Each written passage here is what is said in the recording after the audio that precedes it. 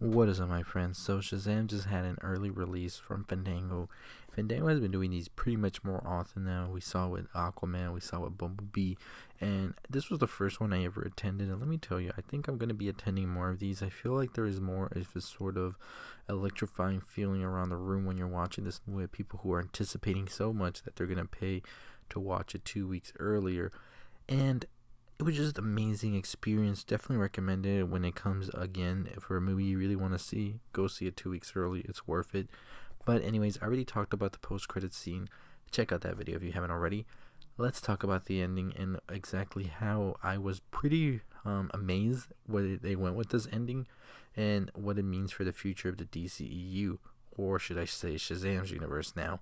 The DCU is on rocky roads right now. We're not too sure where they're headed. We're not too sure what's going to work now.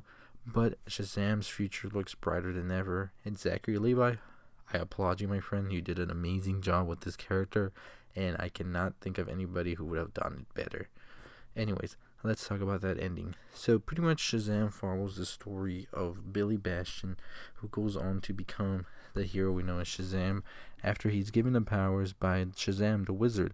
Now, Billy Bastion was not Shazam's first pick. Shazam wanted to pretty much go through somebody who he knew without a doubt was going to do a great job.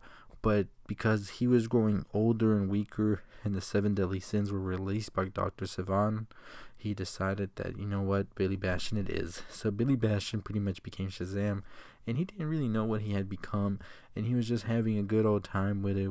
And then time came when Dr. Sivan found out who exactly Shazam was and needed to take the power from him, so he decided to go after poor old Billy. So he pretty much started to target him, chase him around. Billy would run and all of that good stuff throughout the movie, and Billy just felt that he was never going to be really caught or whatever until pretty much Dr. Savannah figured it out that he was a foster child, and he figured that the way to get to Billy was to get to his foster family, pretty much kidnapping his brothers and sisters and forcing him to come out.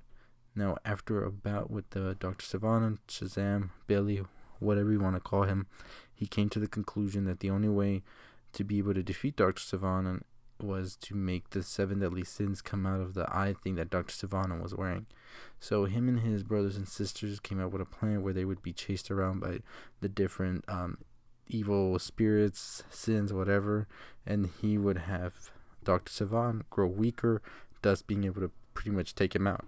All of this sounds easier than what exactly happened. Pretty much they were able to get all the demons out and chasing them, but the demons were pretty strong. These were just kids at the end of the day, so they managed to grab all of them, forcing Billy Shazam to actually come to terms that he had to give up his powers.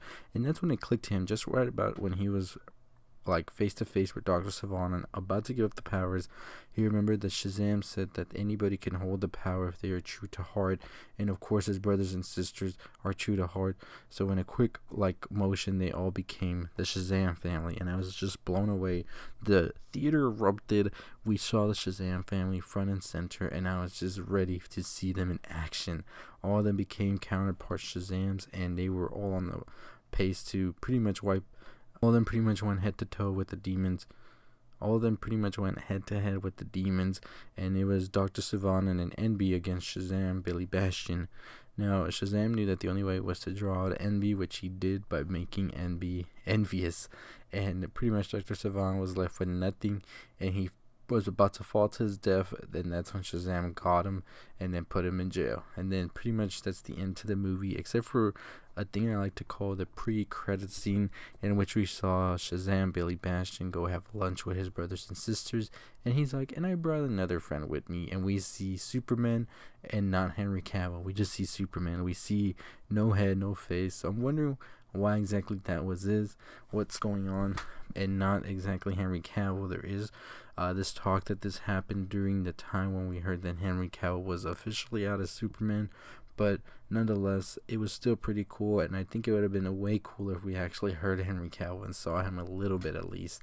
But you know what? That case is whatever it is. You know, DCU, where are we headed? I think DCU will definitely have a more thorough path once Wonder Woman comes out.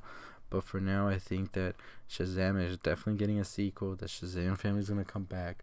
Mr. Mind, as I said on the post-credit scene, is definitely our villain, Dr. Savannah, and it's going to be interesting to see what happens with Black Adam now, because The Rock was announced as Black Adam. If they don't do nothing with The Rock, that's going to be such a bummer, honestly. But you let me know your thoughts. What do you think? Are you excited for Shazam? Did you like the movie? Did you not? Did you check it out? Did you not want to check it out and just want to hear what happened? All of that, let me know in the comments below. Haven't already subscribed to the channel? What the hell are you waiting for? Hit that like, share, comment, all that good stuff, and subscribe. 7,000 subscribers. Let's get to it. I'll see y'all next time. Stay positive.